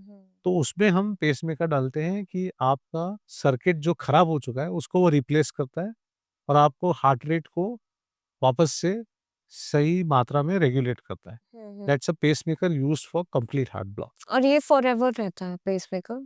पेसमेकर फॉरएवर यूज करना पड़ सकता है ऐसा सिचुएशन में, बट एवरेज बैटरी लाइफ 10 से 15 साल होती है उसकी। फिर उसकी बैटरी स्मॉल सर्जिकल प्रोसीजर से बदली जा सकती है, okay. But generally for life लगता है। अभी एक दूसरा पेसमेकर आता है जो आपने हिंदी पिक्चर देखी होंगे कि पेशेंट को रिवाइव करते टाइम शॉक लगाते हैं। क्यों शॉक लगाते हैं? क्योंकि इन सच पेशेंट इनकी हार्ट रिदम स्लो नहीं होती, बंद नहीं हो जाती, फास्ट हो जाती है, विच इज कॉल्ड वेंट्रिकुलर टैकीकार्डिया या वेंट्रिकुलर फिब्रिलेशन। इन लोगों में हार्ट रेट 180, 200, 220 तक चली जाती है। इतनी फास्ट होती है कि आपको ब्लड प्रेशर भी नहीं मिलेगा, आपको पल्स भी नहीं मिलेगा। And if it is not treated in the first 2-3 minutes, patient will die because it has become so fast that the heart is literally not beating, it is so fast. तो उसको shock से reverse करते हैं हम, जो हम बाहर से शॉक देते हैं। ये बाहर से आप शॉक दोगे जब आपको पहुँचेगा कोई पेशेंट ना। अगर हम आइडेंटिफाई करते हैं ऐसे पेशेंट कि इनको ये रिस्क है, तो इनमें हम अंदर से शॉक देने की मशीन डाल देते हैं लाइक अ पेसमेकर। सो हार्ट के अंदर एक लीड जाती है जो बैटरी से कनेक्टेड है स्किन के नीचे। वो जैसे ये रिदम डिटेक्ट करती है, वो अंदर ही शॉक दे देती है और हार्ट को रिवर्स कर देती है। दीज आर कॉल्ड AICD और defibrillators. This is another kind of pacemaker. Now there are advance pacemakers. आपको याद होगा हमने हार्ट फेलियर की बात की थी, where the heart becomes weak and you keep getting water accumulation. In such patients जिनके ECG में लेफ्ट बंडल ब्रांच ब्लॉक होता है, again it's a conduction defect, अच्छा। उसमें QRS जो हार्ट का जो ECG रहता है वो वाइड होता है। इसका मतलब क्या है कि left of the heart, right of the heart is not beating together. तालमेल नहीं है उनमें, डिससिंक्रोनी है, सिंक्रोनी नहीं है। लेफ्ट कहता है मैं बाद में चलूंगा, आप आगे चलो, राइट को कहता है, तो साथ में नहीं चल रहे। तो उसमें एक स्पेशल पेसमेकर आता है जिसको हम CRT कहते हैं, कार्डियक रीसिंक्रोनाइजेशन थेरेपी या बाई वेंट्रिकुलर पेसिंग। इसमें 3 लीड आते हैं, 2 राइट साइड पे जाते हैं और एक लेफ्ट साइड पे जाता है, और बैटरी सेम स्किन के नीचे जाती है। वो हम उसका तालमेल बनाते हैं कि वो साथ में चलेंगे। उससे हार्ट फेलियर कम होता है और हार्ट की ऑप्टिमम परफॉर्मेंस हम ले सकते हैं। So this is small thing about pacemakers. Then you asked me something very interesting and advanced. ECMO and Impella. So in many patients who get a heart attack, they come to us, either you've seen in the movies कि उसको हम CPR दे रहे हैं, बचाने की कोशिश कर रहे हैं, हार्ट पंपिंग दे रहे हैं, शॉक दे रहे हैं। This is called cardiogenic shock. मतलब ये या तो फुली डेड आते हैं लेकिन अभी हुआ है, या रिदम प्रॉब्लम में आते हैं, या प्रेशर इतना लो है which is not sustainable bye life. तो इन पेशेंट्स में हमको एंजियोप्लास्टी अर्जेंट तो करनी है, लेकिन एंजियोप्लास्टी के लिए प्रेशर तो होना चाहिए। इन पेशेंट्स में हम एक डिवाइस डालते हैं विच is called ECMO. ECMO temporary heart कह सकते हैं आप। वो क्या कहता है करता है, वो आपका वेन्स है जहाँ से बैड ब्लड है, वो एक नली के द्वारा खींचता है जो हम अंदर बिठाते हैं। बाहर ऑक्सीजनेटर है, हमारा ऑक्सीजनेटर लंग्स है, our lungs provide oxygen, but he is dead, his lungs are not going to work. So वो बाहर ऑक्सीजनेटर है जो वो ब्लड को प्यूरिफाई करता है, और दूसरे नली के द्वारा हम जो मेन आर्टरी है एओर्टा, उसमें वो ब्लड वापस भेज देते हैं. So it takes over the function of the heart till the time you can do an angioplasty, do a shock, do a rhythm, do all that. This is called ECMO. But ECMO is used mainly as an initial step in cardiac shock, or is also used in patients whose lungs get fired. You must have heard कि ECMO Covid में बहुत use हुआ था कि इनके lung fire हो जाते हैं, lung is not working, oxygen नहीं क्रिएट कर पा रहा हो, तो वो ECMO कर देता है. लेकिन मेनी टाइम जब हम सिर्फ ECMO यूज करते हैं तो ये जनरली राइट साइड हार्ट को इजी सपोर्ट करता है, लेफ्ट को नहीं सपोर्ट कर पाता, क्योंकि ये राइट साइड के लिए डिजाइन किया गया है. तो ECMO से कभी कभी लेफ्ट साइड पे स्ट्रेन और बढ़ जाता है, और हार्ट अटैक में लेफ्ट साइड ज्यादा इंपॉर्टेंट होता है generally, not every time. Right भी इंपॉर्टेंट होता है बट लेफ्ट बहुत इंपॉर्टेंट होता है. उसमें एक सिमिलर पंप आता है जिसको हम इम्पेला कहते हैं, वो विदाउट सर्जरी डालते हैं, वो भी ECMO विदाउट सर्जरी डालते हैं. वो हम हार्ट की चेम्बर के अंदर एक कैनुला डालते हैं जहाँ से वो ब्लड सक करते हैं लेफ्ट साइड से, और वो ब्लड को, मोटर भी अंदर ही है हार्ट के, वो कैथेटर के ऊपर, वो ब्लड हार्ट में पंप करता है at the same rate as your heart is beating, जिसे हम कार्डियक आउटपुट कहते हैं. We need 5 liters per minute blood pumping. तो ये दोनों मशीन ये आर्टिफिशियली पंप करते हैं, giving your heart a rest.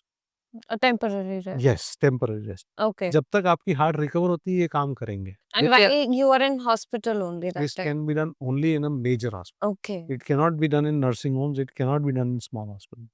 This has to be in major hospitals. So these are advanced versions. These are temporary support to the heart till the heart recovers. And if the heart doesn't recover, then we have other options like LVAD, which you can permanently put artificial hearts, or we can do heart transplant where we put another heart of another person into the heart. Wow. And I wanted to ask you personally, आपने इतने सारे surgeries करे, 10,000 plus surgeries you've had. What is that heart-touching surgery that that you have done? It has kind of moved you. Okay. So isme I would say the recent advancements that have come, Hmm. which you asked me earlier, TAVR. Hmm. What is TAVR? Yeah. TAVR is replacing the valve of a body, of the heart. So for example, heart के 4 valve होते हैं. 2 between left side chambers and 2 between right side chambers. Between the upper chamber and lower chamber, there is 2 valves. Between the 2 chambers and the blood vessels that go into the lung or the main body, we have 2 valves. So इसमें there's a valve called aortic valve, which supplies blood from left ventricle into the major artery, which gives oxygen to the entire body.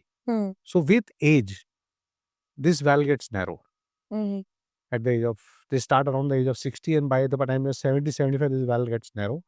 So you start feeling similar chest pain as angina, which is the heart patient.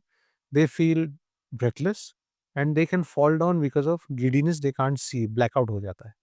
So if untreated, they will not last more than 1 to 3 years. So इनमें generally the gold standard had been कि हम इसको surgically cardiac surgeon खोल के वो heart बदली कर सकता है, वाल्व बदली कर सकता है, नॉट द हार्ट, वाल्व बदली कर सकता है. अब there is a segment of population which is a significant, it's 5% of the population with valve disease who cannot be operated by the surgeon because they are either high risk, they are very old, they have bad lungs, they have bad kidneys, they have bad heart function. Such patients become very high risk for the surgeon to operate.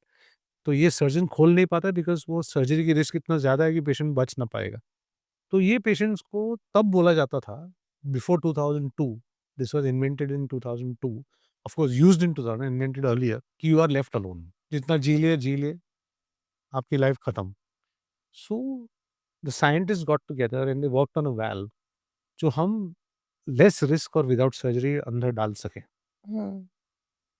And in 2002, the first man underwent a live surgery of this kind, which we do, where they implanted a valve without surgery. And that patient did well. So we offered hope to those 5% population who were told you will die. So I think that was a major breakthrough in science. And this breakthrough excited me. That's how I went to learn it again. I went abroad to learn it. Oh, really? When was that? I went in 2005 once to learn, and again in 2016 to refine it, which India picked up after 2017 doing these valves. And I'm telling you, it is a game changer. It has done so well for so many people who were told you can't get operated. And they're back in life and they're living 10 years more. So even if I feel कि अगर मैं 80 में डाल दिया वो 90 तक चलेगा, you give him 10 years of good quality life. And who are we to decide कि 80 is an age for you to finish? Who are we? He may be a fit 80, no? He may live up to 100. Who are we to say कि 80 है तो life खत्म आपकी? So this is game changer. And the plus point of this technology is that now they have refined it so much that we can start using it in younger age group also. So we are coming down with the age also with less risk. And who would want a surgery when you can do it without surgery? And the important thing to remember is that surgery is also important. इसका मतलब नहीं कि everybody should get this without surgery. But wherever surgery is not possible, difficult, you should get this valve. So this is called TAVR. It's the most exciting technology that has come. And that really excites me. I really want to know कि आपकी जो operation वाली journey थी, surgery की journey थी, that one case that has kind of, kind of put you in a skepticism for some time. Has there been any such thing? There are many cases Yeah. where we feel कि we've done the best Mm-hmm. and the patient doesn't make it. That hurts. But then you have to be pragmatic. You have to be knowing that which doctors need to realize कि we are not God. Because many doctors start developing a God complex. कि मैं कुछ भी कर सकता हूँ, सब ठीक कर सकता हूँ. Not true. We can only do what is best for the patient. I don't think we decide outcomes. There's a bigger power that decides outcomes. So that time it hurts a lot कि ये तो हमने इतना मेहनत किया, इसको तो निकलना ही चाहिए था, बचना ही चाहिए था, और वो नहीं बचता. That hurts. And that time you re-question कि क्या मैं सही कर रहा हूँ. बट फिर नेक्स्ट डे एक ऐसा पेशेंट आ जाते हैं जो आपको लगता है नहीं बचेगा, वो बच जाता है. And that keeps you going. How do you go to bed with so many emotions in your head? I think sometime in 2007 when I got into meditation, that changed my outlook. And what hit you to meditation? Okay. And that's an interesting story. So I came back in 2001 from abroad, and my dad didn't want me to stay abroad. He said, come back, live here. And I was the only son, so he said, please come. I said, okay, I came back.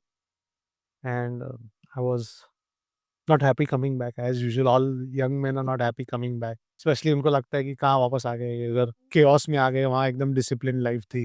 I did try practice for a year and I was not happy. I was not getting enough patient. I was not doing what I wanted. ऐसे लगा कि I'm stagnating or not doing anything. So I went back to my father and said, can I go back? I don't want to live here. He said, give it 6 more months, son. If it doesn't work, then you go. But in 6 months, I got busy. I was doing very well. Slowly work picked up. And in 4-5 years, मैं अपनी hospital में leader था. सबसे ज़्यादा काम मैं कर रहा था. सबसे बेस्ट काम मैं कर रहा था. तो इफेक्टिवली जो मुझे चाहिए था हो रहा था. As you said, sweet spot. I was in the sweet spot. But I was not happy. I was not sleeping. मैं रात-रात जगा रहता था. 2 बजे, 3 बजे. Wanting what? Chest pain, feeling breathless. कहीं मैं मर तो नहीं जाऊँ. कहीं मुझे हार्ट अटैक तो नहीं हो जाएगा. मुझे ये सब हो गया तो बच्चों का ध्यान कौन देगा? बीवी का ध्यान कौन देगा? पैसे कौन कमाएगा? इतने पैसे कहाँ से आएँगे? उनको भेजना है अब्रॉड ये वो. This thought will kill me every day. Every third day I used to go to my own hospital to do an ECG. I had a bunch of ECGs with my still there with me. I've kept it as souvenir. ECG normal, I used to come back. Her corner of my house had sorbitrate, the tablet you put under the tongue to relieve heart pain. In my car, in my closet, in my toilet, in my bathroom, every place there was one sorbitrate there. कि कहीं मैं मर ना जाऊँ. So I realized कि ये life तो haywire हो गई. I'm doing what I want. I'm in the sweet spot, but I'm not sleeping. My wife used to meditate. She said, why don't you try this meditation? It's called the heartfulness meditation, just for viewers if they're interested. तो उसमें 3 sitting देने पड़ते हैं. 3 days you have to meditate with a trainer and then you can meditate on your own. And then once in 2 weeks you go to the trainer and learn to meditate. तो मैंने first 3 sitting लिया. I felt nothing. I told my wife, you wasted my time. And yes, science guys. I say, meditation doesn't work. This is all bullshit. कुछ काम नहीं करता. तूने मेरा 3 दिन वेस्ट किया. She said, ठीक है, कर दिया ना, ठीक है. Hmm. See, for next 6 months, I used to meditate when I want. I used to not meditate. I was very, very not bothered. 3 Hmm. महीना, कभी 1 महीने के बाद किया, कभी 1 हफ्ते के बाद किया. 6 to 7 months down the line, it was a fascinating situation. I was sitting in my clinic, and a patient walks in, and then when he's going out, he tells me in Marathi, "doctor साहब तुम ही बदल ले आए हैं." बोला, "आप बदल गए हो." Hmm. क्या मतलब है? I must have gained weight, lost weight, or I must have grown old, or grown whatever. I said, "क्या? I'm the same." He said, "नहीं साहब, तुम ही बदल गए." I Hmm. said, "What is the difference you find?" I asked. Hmm. She said, "आता तुम्ही ऐकतात." Hmm. Means you are listening to me. Hmm. I said, "What do you mean? If I don't listen to the patient, how am I going to treat you if I don't listen to you?" Hmm. She said, "नहीं sir, हम पहले आते थे, हम 5 minute बोलते थे, आप 10 minute बोलते थे, दवा लिखते थे, रूम से बाहर। बोला फिर अभी?" बोला मैं आधे घंटे से बोले जा रहा हूँ, आप सुन रहे हैं। Hmm. That was a shock. I said, 30 minutes that man has spoken and I've heard him and I've not said anything. Hmm. I thought maybe some अच्छा patient you have a favorite. ठीक है, हो सकता है. I ignored that statement. 2, 3 other people told me the same thing. Hmm. That you've calmed down, you're listening, you're quieter. And I was very, very angry in those days. I was a very short-tempered doctor. मतलब ज़्यादा तकलीफ दिया था, I would throw you out of my cabin kind of thing. And I was listening patiently. तो I said कि wife को पूछते हैं कि वाइफ झूठ नहीं बोलती, वो तो आपको पता ही है, मुंह पे बोल देगी जो बोलना है फटाक से। बोला, have I changed, have I become different? She saying, what do you think? Said no, Hmm. I don't think I have changed. He saying, why don't you check how many ECGs have you done in the last 9 months and how many sorbitates have you consumed? And I was shocked. No ECG in 9 months, zero, which I used to take every third day. Hmm. No sorbitate consumed in 9 months, and I was sleeping. Hmm. She said, you sleep by 11 and you get up aram se at 5, 6. Hmm. Uninterrupted sleep. So when you have something like this, you go back and see ki what change have you created in your life that led to this. Hmm. एक ही change था. But tell me, what was that change that, uh, I mean, that took you off the balance? What was it that was kind of bothering you? That's what I was saying. I didn't know what was bothering me. I was getting everything I wanted, but Hmm. मैं खुश नहीं था. Okay. So many worries, so many unfounded worries, because we spend a majority of our life in the past कि ये क्यों नहीं हुआ, और in the future कि ये क्यों नहीं हो रहा, या ये होने वाला है क्या नहीं. We miss the present, and meditation teaches you to live in the present. It's beautiful how it silently stuck you. It did. Yeah. It did. And I should thank my family, wife. She got me into this. Otherwise, I would have been not here. I would have been aggressively fighting somewhere else. No, I'm glad. In fact, when I noticed जब भी आप आए and we talked about how your day starts, how your day ends, I did not see the mark of stress on your face. Of course, आज आप 100 patients, you're daily interacting with so many people. There were no stress lines on your face. Of course, it's not Botox that I can see. No, I don't do any of that. I do it. Yeah. But there is that sense of lightness that you hold, I That must is say. that's the power of meditation. You should try it too. Sure, we will And I'm definitely. telling you, you Yeah. can prevent heart disease with meditation. Not Mhm. meditation alone, but yes, it will contribute. That's a very powerful sharing that you had today. I saw your twinkle in the eyes when you talked about the TAVR, and it sounded like a groundbreaking advancement in the medical industry, for especially for the cardiology. If you could shed more light on that and share your experience on that. Okay. So my TAVR journey, as I told you, started in 2000, Yeah. around 5 or 6. I went to first see that first TAVR. Then I went again in 2016 to learn it. And the reason I learned, I said ki there is a new technology which was being used in treating valve disease without surgery. And always I feel that the simpler you make the procedure, the easier the life gets. So I would say I wanted to pursue this and help more and more people. Mm-hmm. So I got into it. I started doing it. So now up till today, I've probably done 1,000 towers all over the country, India, Mumbai, and even abroad. I go abroad also to teach people on tower. So what is tower? Tower is replacement of an aortic valve in the body, which is the main valve which controls blood supply to the main artery of the body, which supplies oxygen to the entire body. Replacing that valve without surgery. And the reason behind it starting was that people could not undergo surgery, were left alone, and now we can take care of them. The fascinating part about TAVR I found is that, for example, we had a patient who was my first patient actually was 87-year-old. Mhm. She was a fine young lady, and she was so distressed that she had swelling on her feet, she had breathlessness, and she couldn't walk anything. And that was my first ever when I came back after training. And she didn't have enough money. She had money, but didn't have enough money. And when the technologies knew it was expensive, so we raised money for her through funds and through charities and all. And we told her it's a risky procedure because you're 87, but I think it's worth a go. The sons agreed, the grandchildren agreed, and we did her.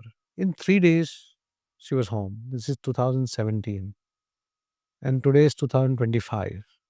She still comes to me. So she's 94. Yeah, almost 95. And she says, I love my biryani, I love my soup, and I can walk, I can climb stairs. So that feeling that this therapy can give you so much, which I didn't find any other therapy besides angioplasty for heart attack, provides so much relief. At what extent? And the heart function, which was pumping, as I said, had dropped down to 25, 30, has gone up to 50, which is near normal. So it gave her a near normal life. So I felt that this therapy has a future because there are patients who can't undergo surgery or don't want to undergo surgery. Of course, don't want to, we won't enter that zone. But people who can't undergo surgery, why do we leave them? We have alternatives to offer them. At least provide the alternative. Let them decide whether they want to take that alternative. And it's a easy, non-invasive technology. Not non-invasive, non-surgical technology, not requiring anesthesia, not requiring ventilation. And you can send the patient home in 2 days, whereas valve replacements go home after 6 to 8 days with a cut and a bone opened, and then they need time to Is deal that with what it. you call the open heart Yeah, surgery? that is open heart, and we don't do open heart. And they go home in 3 days without any problems. I mean, How many what can complications do you avoid open heart versus the TAVR? so in this age, I think that if you compare the old age people, Hmm. you are avoiding 60% complications at least. Oh, wow. Because the complication in old age is not only about the anesthesia, of course, that is main. But then their lungs are bad, they don't come off ventilator, they cannot sustain surgery, then they cannot lie down, then they develop bed sores, they cannot move. There are so many things that surgery brings in. Mm. So surgery is an excellent treatment for these valve diseases, but not at an old age, not in people who can't be operated. In those patients, you give so much chance of life to them. And now the technology evolved to the extent that we can do it in younger patients, I told you. And now we are replacing other valves also. Mm-hmm.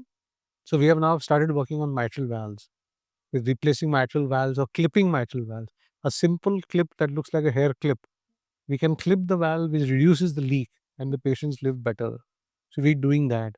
We are replacing pulmonary valves in children, which was the first valve actually that got replaced. We are replacing tricuspid valves. And at the same time, suppose you have a tissue valve. Some patient has undergone a surgical valve in the past by surgery. So they have a tissue valve, which is made of either pig tissue or cow beef tissue, or they're made by synthetic tissue. They have an average life of 10 to 15 years at the most, and they degenerate. So when they degenerate, how do we replace them? A repeat surgery in any patient who's got a previous surgery is again very high risk. So in such patients, we can do valve in valve tower. In the sense, we put a new valve without surgery into the old valve. So there's rapid advancement in this technology, and I feel that this is the future. And Is it structural heart. easily accessible in India now? Yes, since 2017, it has picked up a lot, and now India is doing a lot of valves now. Mm-hmm. It is. It is. और cost उसकी क्या रहती है? So it started, when it started, there were only two international companies making it. And that time, the valve cost used to be 20 lakhs on the valve itself, plus the hospital and all would go close to 30, 35. But now we have lots of valves coming, new valves coming. There are a couple of Indian valves coming, and we brought down the cost to about 15 lakhs all inclusive to 20 lakhs all inclusive. So we've almost been able to close to 40% reduce the cost. And as it keeps getting done and more patients get done, I'm sure the cost will fall further. So, coming back to square one, 25% of death cause, or maybe now even increased, is due to heart. What kind of insurance amount you would suggest to our viewers? I'm going to be slight controversial here. Okay. I would say don't have an insurance because you pay so much premium and then they harass you by not giving you claims many a times. You'll see so many claims getting rejected and people running their insurance companies to clear. I would say when a kid is born, make a mutual fund in his name, put money every month into his mutual fund, and give that mutual fund to him and write Mediclaim or medical insurance on that and give it to him. The money that accrues out of that, you'll pay as any bill you want without having to pay your insurance premiums. And your money doesn't get wasted. So many times you pay so much premium and the insurance company doesn't give you. What can you do? You fight with the ombudsman, you fight with the court, and you still end up not getting all the money. So I am not a believer of insurance. Oh, wow. But if you want to take insurance, take as high as you can get for your age. If you still want to take it. Thank you so very much for such an insightful session. Thank you. And we'll be looking forward to seeing you again Part for two? the for the AVR and TAVR. That's right. Yeah. We'll be looking forward to seeing you Okay. again. Yeah. Thank you. Thank you. Thank you so very much. Thank you. Yeah. Bye.